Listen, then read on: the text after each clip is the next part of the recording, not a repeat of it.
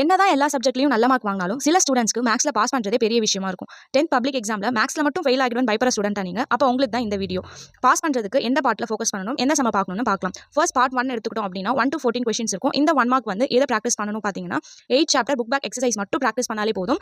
ஈஸியாக 14 marks score பண்ணிடலாம். Next part 2 எடுத்துக்கிட்டோம் அப்படின்னா கொஸ்டின் நம்பர் 15 to 28 வரைக்கும் இருக்கும். இதில் 14 கொஸ்டின்ஸ் இருக்கும். இதில் எனி 2 மார்க்ஸ் வந்து 2 மார்க்ஸ் நீங்கள் அட்டன் பண்ணாலே போதும். 4 மார்க் ஈஸியாக கெயின் பண்ணிடலாம். இதில் 2 மார்க்ஸ் அட்டன் பண்ணுறதுக்கு ஃபர்ஸ்ட் சாப்டரில் இருக்க 2 மார்க்ஸ் ப்ராக்டிஸ் பண்ணாலே போதும். ஈஸியாக 2 மார்க்ஸ் வந்து அட்டன் பண்ணிடலாம். பார்ட் 3ல கொஸ்டின் நம்பர் 29 to 42 வரைக்கும் இருக்கும். இதுலேயுமே 14 கொஸ்டின்ஸ் கொடுப்பாங்க. இதில் 2 5 மார்க் மட்டும் நீங்கள் அட்டன் பண்ணாலே போதும். இந்த 2 5 மார்க் அட்டன் பண்ணுறதுக்கு area of quadrilateral, area of triangle, series sum, square root of polynomial and then first சாப்டரில் இருக்க ஏ இன்டர்செக்ஷன் யூனியன் பியோட சம்ம ப்ராக்டிஸ் பண்ணாலே போதும். ஈஸியாகவே 2 5 மார்க் மேலே அட்டன் பண்ணிடலாம். நெக்ஸ்ட் பார்ட் 4 எடுத்தோம்னா இதுதான் ரொம்பவே இம்பார்ட்டன்டான பார்ட். 43 வந்து ஜாமெட்ரி கேட்பாங்க, 44 வந்து கிராஃப் மட்டும் இருக்கும். இந்த ஜாமெட்ரியில் வந்து டேஞ்சன்ட் மாடல் மட்டும் நல்லா ப்ராக்டிஸ் பண்ணிக்கோங்க. கிராஃப் வந்து இருக்க எக்ஸசைஸ் புக் பேக்கில் இருக்கிறது எல்லாமே ஃபாலோ பண்ணிக்கோங்க.